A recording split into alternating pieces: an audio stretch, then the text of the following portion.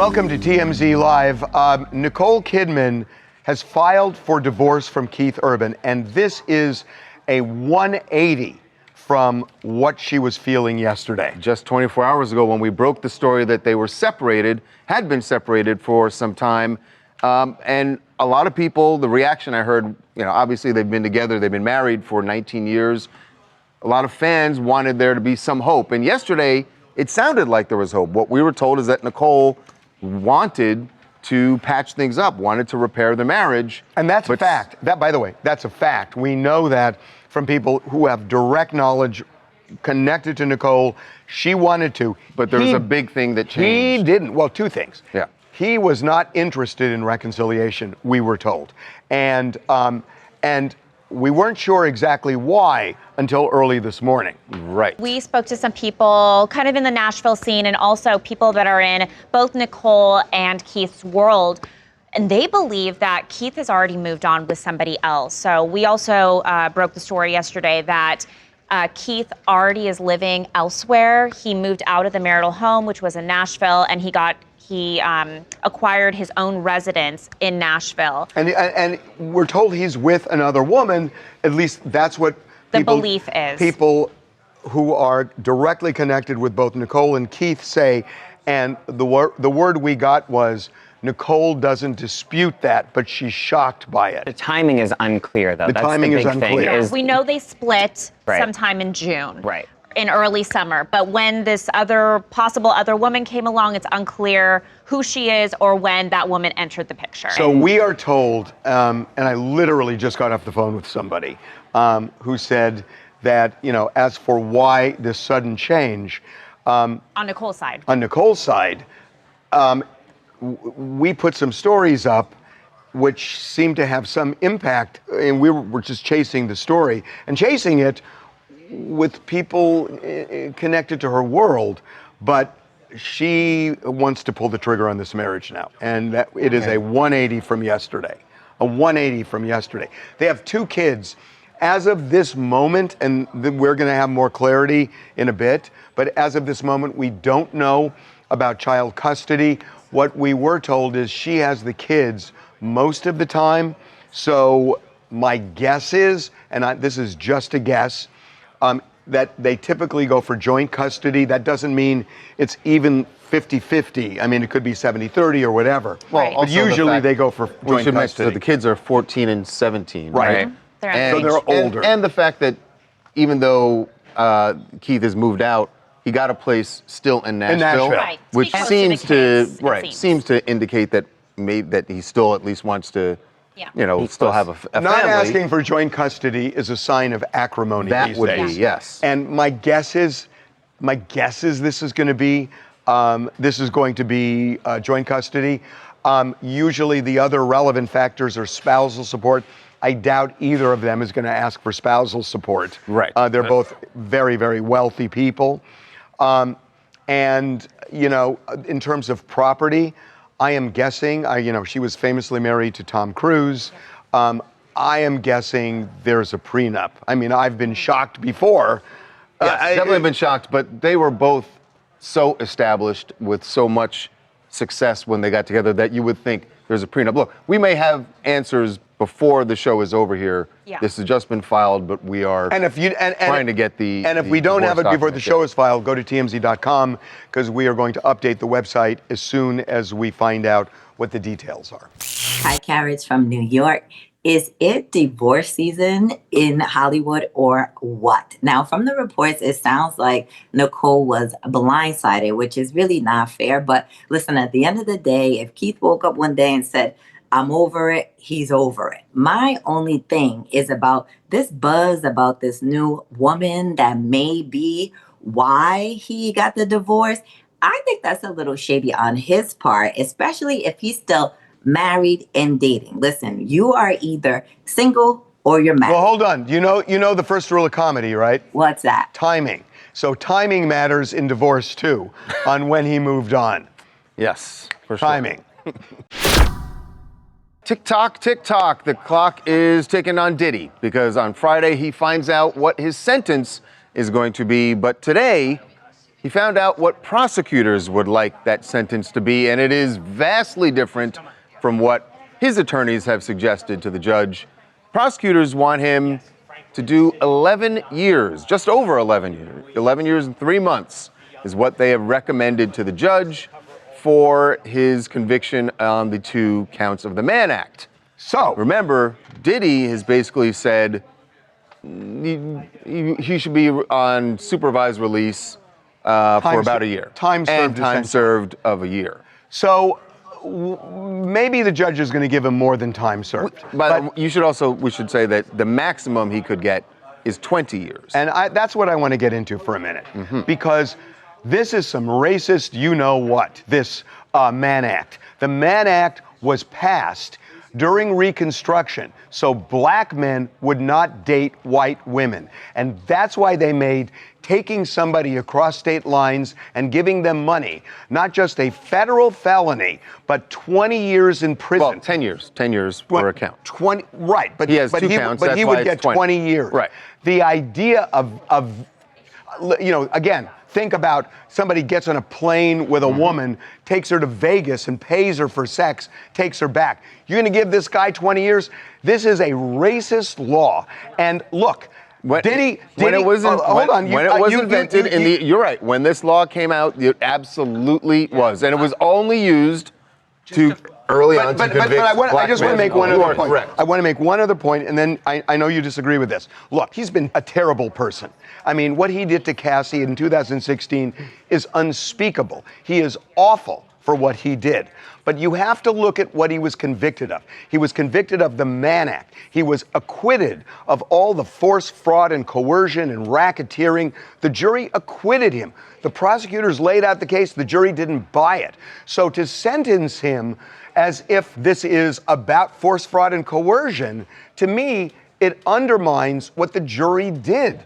And, give him, come out with a recommendation of 4 years. But 11 years? I think there's a couple things here. Number one, to say the Mann Act is a racist law, yes, when it was enacted 100 years ago, it may have been, or 130 years ago. Now it is not, and I have the stats to prove it. 14% of people convicted of the Mann Act are African American, which is actually less than the population as a whole. So it is now applied in a race-neutral way, and I think it's important to say that in the context of Diddy, that he's not being targeted because he's a racist law. He's being targeted because of a race-neutral law. Okay, so that we all acknowledge he violated. So let me ask you something.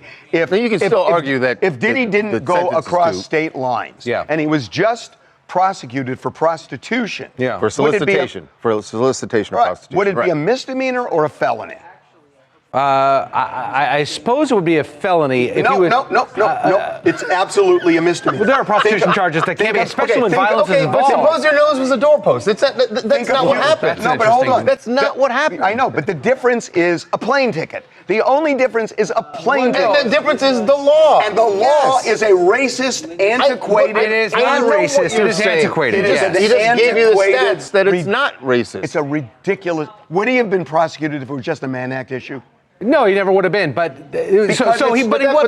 But also, that's not what you acknowledge every prosecution. I would say 90% of them have ancillary in the alternative causes of action that sometimes people are convicted under, and we still punish them for that. I know, but then the question is, what do you give them? What I'm saying to you is, if this were a state crime where you didn't cross state lines, it would 100% be a misdemeanor. But you keep saying if, but it's not. The only difference, Charles, is a plane ticket. And are you going to give somebody? But that's the reality of what happened. You are not arguing what is. You're arguing what you think should be. No, I'm just. What is each conviction of the Mann Act carries 10 years in prison. A maximum. Maximum. Is this a crime that requires intent? Of course, every crime requires intent. Right. So if it requires intent, what's the difference if some guy is going to have sex with a prostitute in Los Angeles and the prostitute's from L.A., or she's from Indiana and flies to L.A.? The worst thing that could have happened with Diddy is that he was prosecuted on state law crimes, because we know that he committed horrible acts of abuse. He should have been prosecuted for that. But he wasn't. But nevertheless, he was prosecuted. Because he paid someone off, by the way. But terrible.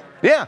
And he Terrible, horrible. I know. So but this sentence should not be about the judge that. has I a lot of understand. leeway here. The judge can give him time served all the way up to 10 years per But count. give him time. I'm not arguing that. I'm just saying What I don't 11 understand is- years for this is ridiculous.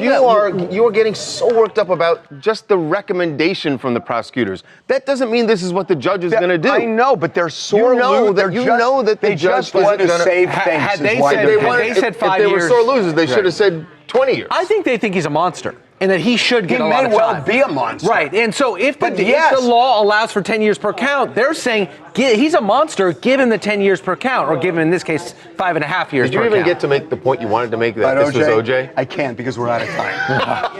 I'm Nina from Dallas, Texas. I feel as though Diddy is a monster. He deserves to serve at least 2 to 5 years.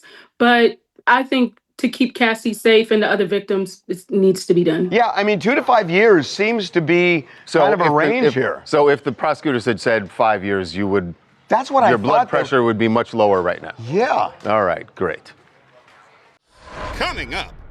The military brass got a rousing speech from President Trump and Pete Hegseth. A lot of Pete Hegseth's speech was talking about the new culture and some interesting changes for officers in the military. I'm not really sure how a lot of what was said is sitting with members of the military. So joining us right now, someone who is in the Air National Guard, Congressman William Timmons. If you're an overweight general, get the hell out of the military. It's as simple as that. Be right back.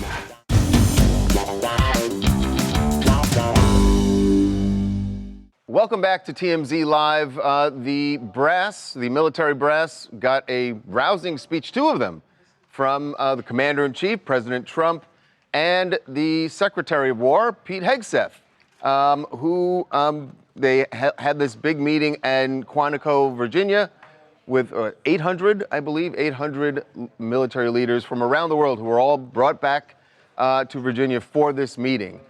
There were some things you would expect in the speech. A lot of Pete Hegseth's speech was talking about the new culture and some interesting changes for officers in the military. This was a part of President Trump's speech where he started talking about our nuclear arsenal. We know the president likes to ad-lib in the middle of speeches. Well, this is something he This said. feels like- He said this before. Yes, I he mean, said it before, but- it has to do with the submarines that we sent the coast after of Russia. Russia became threatening to us. And he said that you have to be slow in talking about nuclear war. And here's what he said. We were a little bit threatened by Russia recently, and I sent a submarine, nuclear submarine. But I announced that, based on his mention of nuclear, and it was really a stupid person that works for him mentioned the word nuclear, I moved a submarine or 2, I won't say about the 2, over to the coast of Russia, just to be careful, because we can't let people throw around that word. I call it the N-word. There are 2 N-words, and you can't use either of them. I think he thought it was a joke. Look, the problem when you're speaking to military officers, they're not going to laugh or cheer or anything. There were no reaction. No reaction. That's what they're trained to do. They're just listening to the Commander-in-Chief.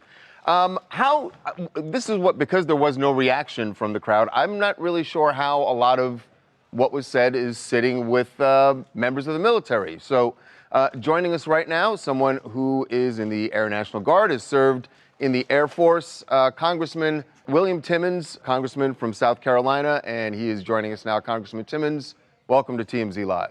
Good afternoon. Great to be with you. Thanks for having me on. We Thank appreciate you coming on. So what was your take on this? I mean, this seemed to be kind of a full-on attack against what Trump and Hegseth said was wokeness in the military, and it feels like this is part of the playbook of changing things to Department of War, them talking about no more fat generals. What was your take on it? I've suffered through the Biden administration, 4 years in the Air Force, and I got to tell you, it's been sad. I've had to push back where I can, but the Democrats wanted to use the military as a social experiment and to basically get away from the core purpose, which is fighting and winning wars, and try to get into social engineering, all this nonsense. It's ridiculous. So it's a breath of fresh air to have real leadership. Peace through strength works. And I don't care what gender or what color the person next to me is. I want them to be the most lethal version of themselves, and we're getting back to that. And I think it's a great thing. Congressman, did the attempt at a joke, the N-word joke, seem appropriate in this setting? I don't know if it's appropriate anywhere, but certainly in a setting where you're speaking to military leaders, I don't know, just seemed out of place. If you were sitting in there, what would you think? I think the message he was sending was largely to Russia. And he was saying, we have more nuclear weapons than you do. We have a more But lethal... Congressman, you can certainly do that without making a reference to a racial slur, right? Hey, he doesn't want to use the word nuclear. It is a tool of last resort, but we will if we have to. So again, that's the message he was sending. And I don't think you should take anything else from it. But the people in Russia listening, we will win any war that you start. And it would be in your best interest to end the war in Ukraine as soon as possible. Congressman, I'm sorry. I don't want to make this a huge thing, but you completely ignored what I asked you, which was, I get the nuclear arms part, and I get you want to be strong with Russia. Why does there have to be a joke, a reference to a racial slur while doing that? I think he said that we don't use the two N-words. And look, he's the president and commander in chief. If he wants to make a joke, he's entitled to do that. I think the message was received loud and clear. We do not want to use nuclear weapons, but we will if we have to. So, look, I was also in the Air National Guard in California.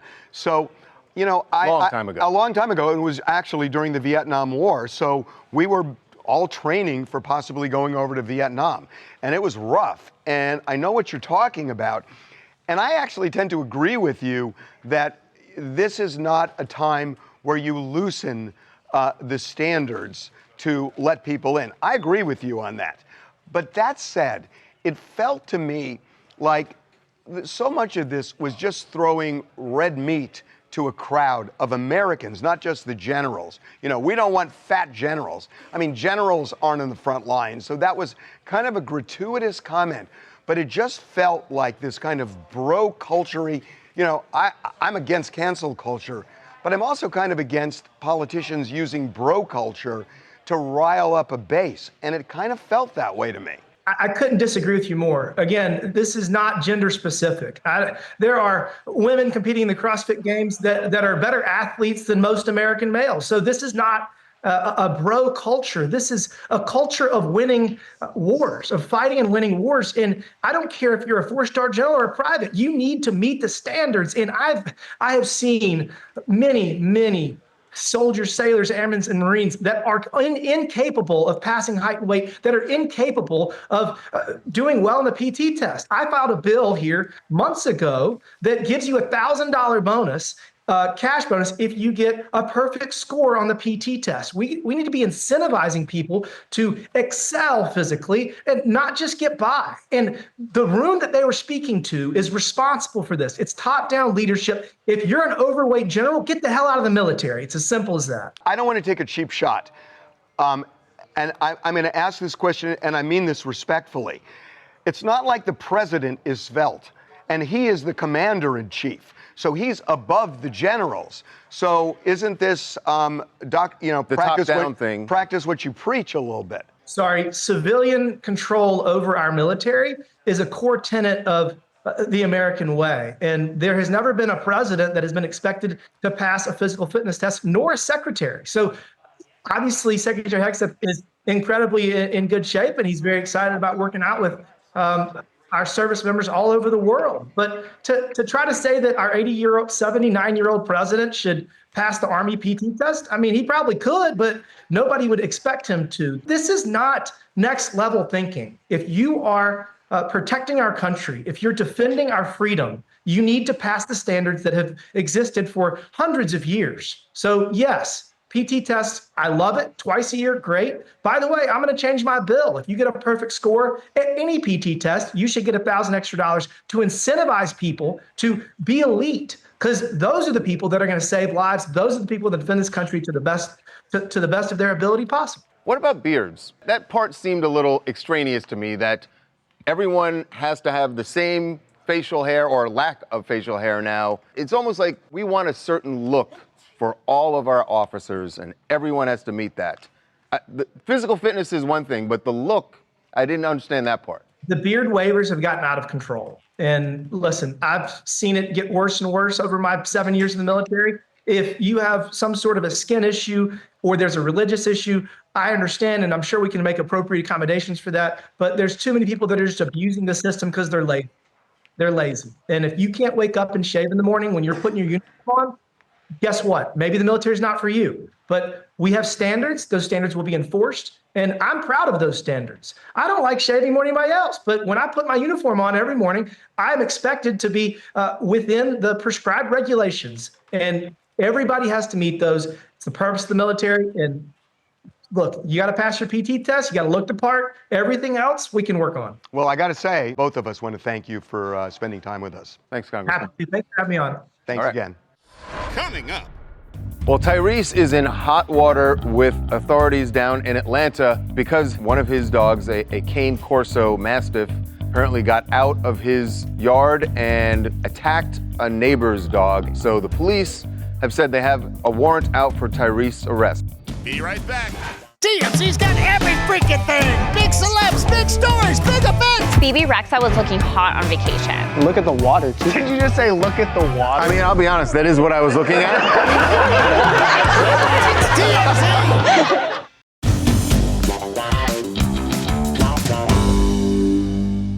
Well, Tyrese is in hot water with authorities down in Atlanta because one of his dogs, a Cane Corso Mastiff, apparently got out of his yard and attacked a neighbor's dog and killed the neighbor's dog. So the police have said they have a warrant out for Tyrese's arrest for animal cruelty. He says everything is under control, that he is in contact with the authorities and he's going to do everything in compliance with their demands. So let me ask you a question about He this. is, though, but notably, he is not in Atlanta right now. So he says he's in LA. What we don't know yet, and his lawyer put out this statement, we don't know where the dog is. So let me ask you a question. Is the cruelty dog against dog? Yes. That's odd. No, but that's odd to me because typically animal cruelty is when he does something to his own dog. I can just tell you, I've handled a million. Well, no, the animal cruelty is. It's that he let it out. He's responsible for the death of the other dog. No, I understand that. I've handled a million of these, over the years. In people's court. Well, people's court. I've done this on radio. I've done it for friends. I know this law. At least in California. This is Georgia. And it's probably the same. I mean, there's a leash law in all, urban areas. Sure. And if you violate the leash law, where a dog gets out, it happens all the time. And it's a civil wrong, and you sue for it.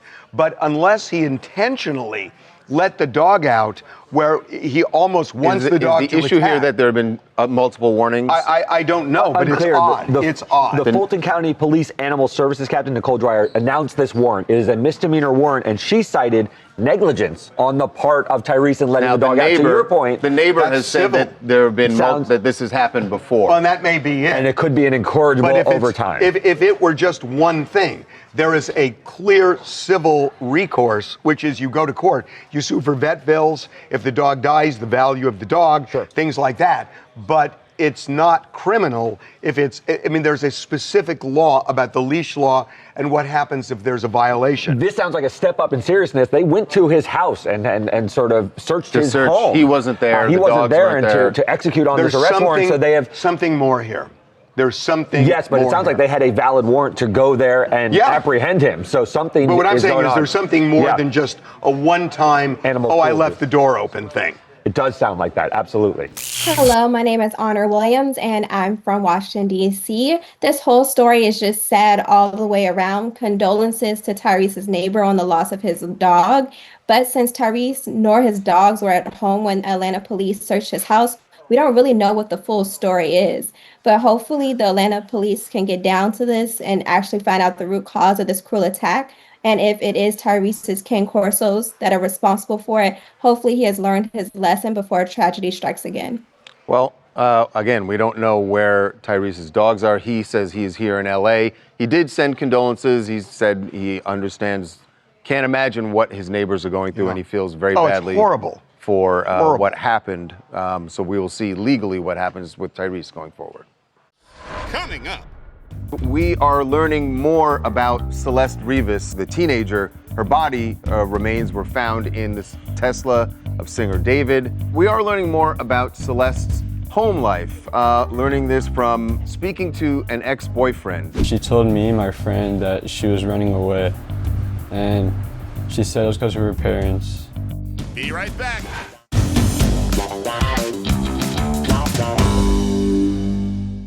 Welcome back to TMZ Live. We are learning more about Celeste Rivas, the teenager. Her body remains were found in this Tesla of singer David. The investigation is still going on. We don't know the cause of death yet.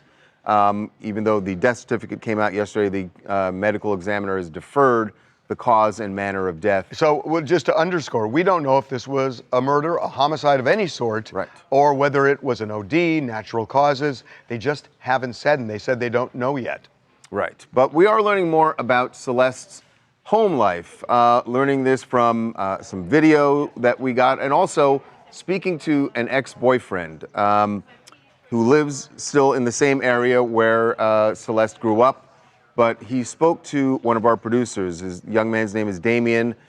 Says that he and Celeste started dating when he was either 13 or 14. But he says that she did talk about some trouble at home. And I don't know how much of this is typical teenager, or is there something especially different that was going on there, but this is what Damien... We should just say, we have edited some specifics out because we have not been able to confirm them, and we don't want to do this, but he is talking generally. By the way, he's sitting next to his mother. She said how her mom didn't treat her well or whatever, and she didn't like where she was at. Did she talk at all about her relationship with her parents? Kind of. She just said they were mean or whatever. She didn't like them. What is your last memory that you have of Celeste? We were at PE, and she told me, my friend, that she was running away. And she said it was because of her parents. And she was like joking about it. And she was like happy, like joking like she always was. And like it didn't seem real because like she was like playing around, joking about it. And the next day, she wasn't at school. And then, like, that's the last time I saw her. Yeah, so she had run away, as you know, and we've talked about several times. She ran away in January of 2024, came back, and police got her in February in Hollywood, and then she ran away in March of 2024. Now, we're told that's the last time the family saw her, although there's some conflict over whether she came back after that. Well, yeah, so it was interesting, too, his interview. I mean, that matches up with what we're hearing from law enforcement, that that she had some type of troubled home life, and that was the reason for her running away, obviously.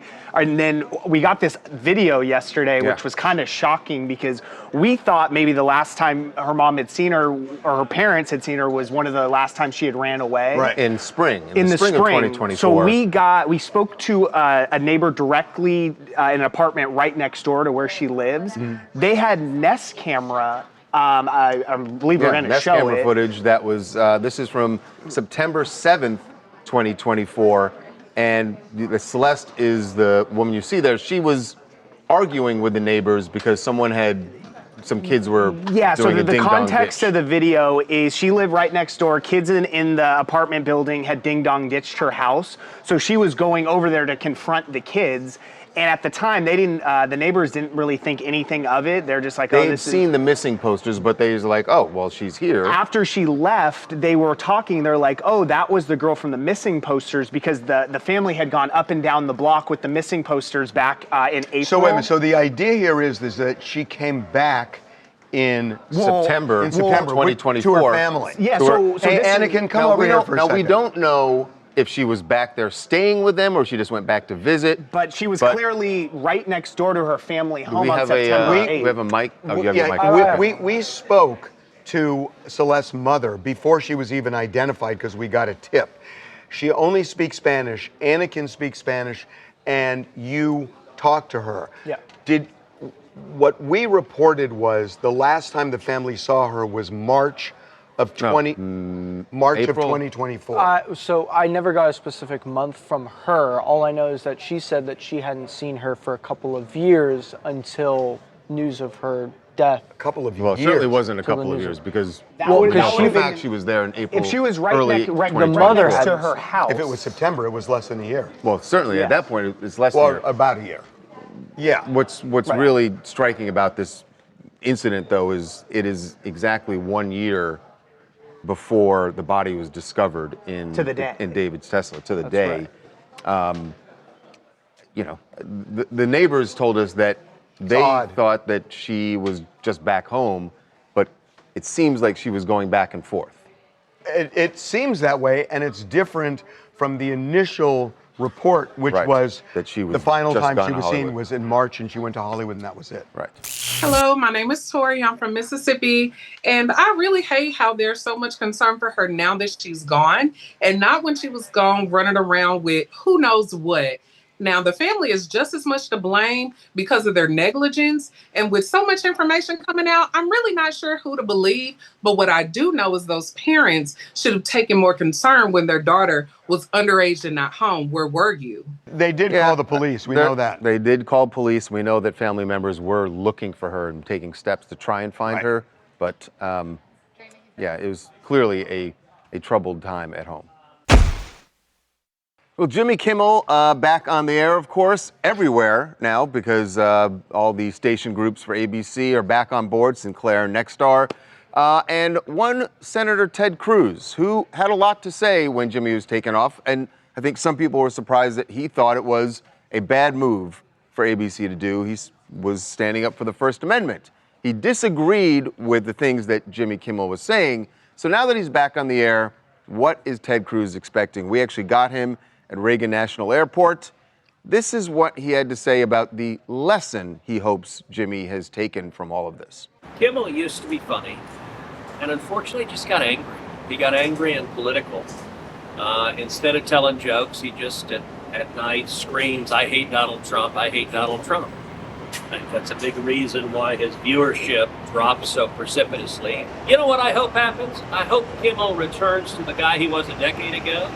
Which is, I don't mind if he makes fun of Republicans, but good comedy makes fun of both sides. I disagreed with what Brett and Carr did. I don't think the federal government ought to be threatening a station's license to try to force a comedian off the air. Good on Ted Cruz. Yeah, good on. I mean, personally, I just think that's the point of the First Amendment. And look, say you disagree with it if you disagree. And I will say one thing, that there is something to his point that a lot of people who are on the left have telegraphed that kind of anger, and maybe some of it's appropriate. In comedy, it's different. It is different than it was before. And I applaud Ted Cruz for that. I really do. I mean it. Yeah? No. Oh, I thought you were. No, absolutely. Here's the thing, too, because if you're Ted Cruz, sometimes you're waiting for the return. You're like, I know Babcock's going to have something to say. Because if you're Ted Cruz, there's going to be a next administration and an administration after that, and they will come for you. He's one of the most reasonable guys that I've heard so far. I agree. It is interesting that Ted Cruz has come out of this as being sensible I'm not and surprised reasonable. by that. I would expect nothing less from the senator. I gotta say, of course not. No, I gotta say, well, he's also he is educated. He's a lawyer. There's one other thing I want to applaud him for, that he didn't spike the metaphorical football when he could have reminded us of the basketball. Remember the one-on-one basketball when Jimmy Kimmel played Ted Cruz in basketball? Oh, right. Ted Cruz actually beat him. Yeah. He didn't bring it up. He didn't bring it up. He didn't spike the basketball. I gotta say, good on Ted Cruz. Mixed metaphors. Coming up. This might set a record. At the beginning of the show, we told you that Nicole Kidman was filing for divorce, that she had gone to court. Abruptly. Yes, had abruptly filed for divorce. And now we have more news on this, and it appears they've settled everything. They've settled everything. Settled the divorce agreement, they've reached a divorce agreement. I want to make it sound like they're we can unpack getting back together. Be right back.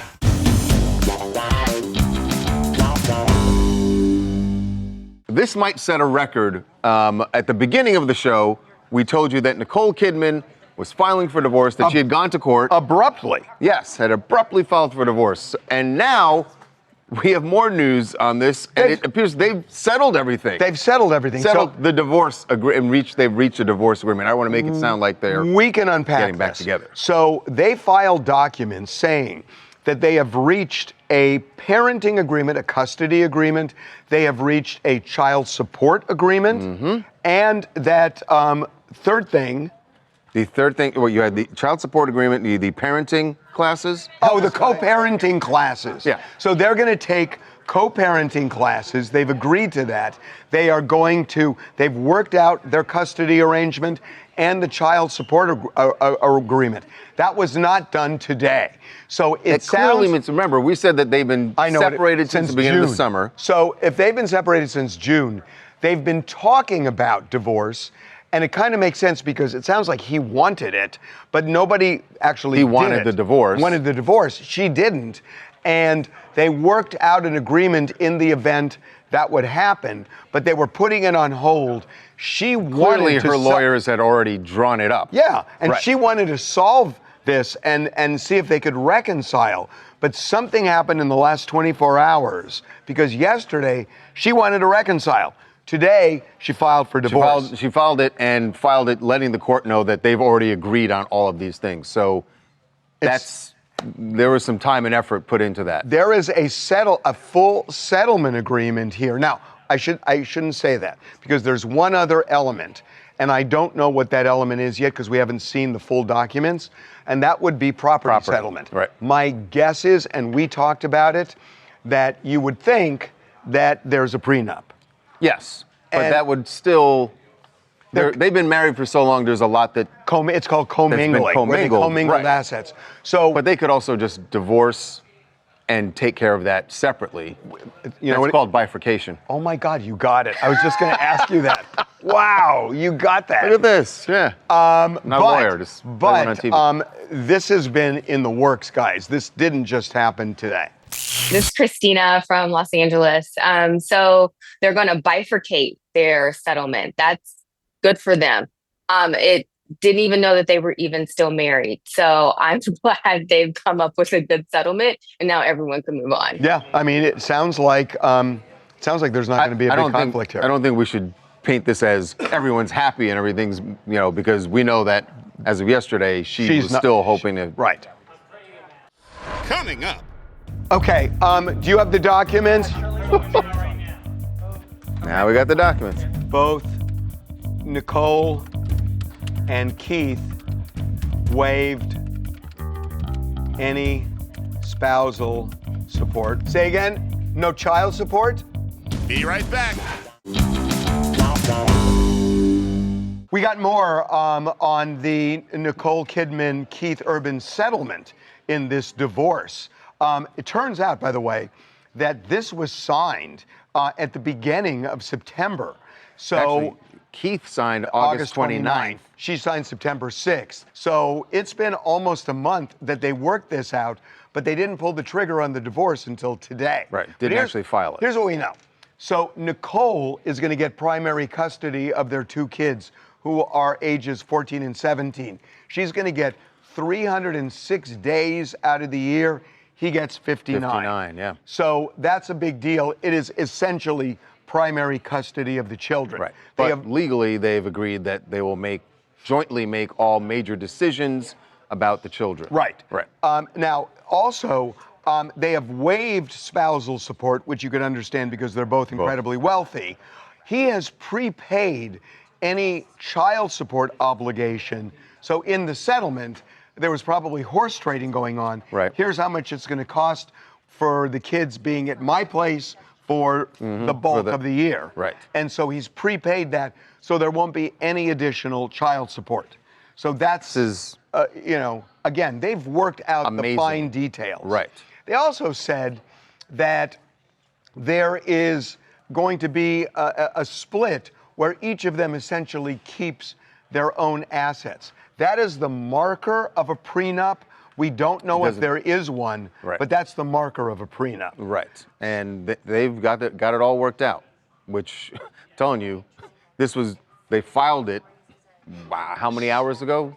Something happened in the last 24 hours, and it might just be this story surfacing about Keith having moved on with another woman. It might be, we don't know, but something changed Nicole from wanting to reconcile to filing for divorce in a very short period of time.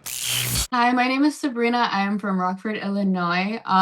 This whole thing is messy with the whole divorce. I never realized how much celebrities have to go through with their assets and their kids. It's obviously going to affect their kids and stuff, but I hope they work it out. It is sad that it's come to a close for them. Well, it seems to have quick close. Very quickly. Yeah. What else you guys want to talk about? Alana Nicole from Los Angeles, and I'm talking about Cassie's letter in regards to Diddy's sentencing. And I'm just so utterly heartbroken when I read her words. It's just disturbing. And I just hope that the justice system finds Diddy accountable, because if they don't, I don't know what kind of message that's going to be sending to survivors. And I just hope she continues to get the healing and peace that Cassie's looking for. Yeah, this was a letter that she sent to the judge. It's basically like a victim's statement, and she said that she's still having nightmares. So it doesn't seem like that healing's here yet. And, the judge is supposed to take those things into consideration when he goes into figure out what the sentence is going to be. And we will know within days. Yep. One more. My name is Celeste. I'm calling in from Portland, Oregon in regards to the updated David case and the video. I think the video provides insight as to a better timeline of when the family actually saw her, and it provides the media with more of an idea of how often she was coming in and out of the house, which unfortunately that instability makes her potentially more susceptible to grooming. I don't think this was the first time that she ran away, clearly, and just shows you how vulnerable she actually was. Yeah, yes, sure. It was as we said, troubled situation there at home, but still searching for answers. Coming up. Well, Jeremy Allen White is playing Bruce Springsteen in this biopic. Springsteen has said he loved it. He's seen the film. We actually got Jeremy out in New York City and asked him about getting that compliment from the boss himself. Be right back. Well, Jeremy Allen White, of course, everyone knows, is playing Bruce Springsteen in this biopic called Deliver Me From Nowhere. And Springsteen has said he loved it. He's seen the film, was there when they were shooting some of it. We actually got Jeremy out in New York City and asked him about getting that compliment from the boss himself. I know Bruce thanked you for doing such a good job. How was that for you? It's the best. I respect Bruce a lot, and I'm so happy he's pleased. Jeremy, how was the vocal training for this role? It was tough. I mean, Bruce has a beautiful voice, very distinct voice, and it was hard to try and capture. Mr. White, it sounds like an award is coming for this role. I don't know about that, but that's very nice. I can't wait to see. I can't wait to see it. I love music biopics because you just want to see how much they can, how closely they can capture the essence of that person. I'm shocked that he's doing all of the singing. Like, I know. I thought this would, because Bruce's voice is so distinct, I thought it would be a lip sync. But he can do the gravelly kind of thing. Gotta say, we're gonna find out. Best concert I've ever seen, Born in the USA. Wait a second, you told me it was Janis Joplin and Jimi Hendrix. Okay, second best concert I've ever seen. Make up your mind, man.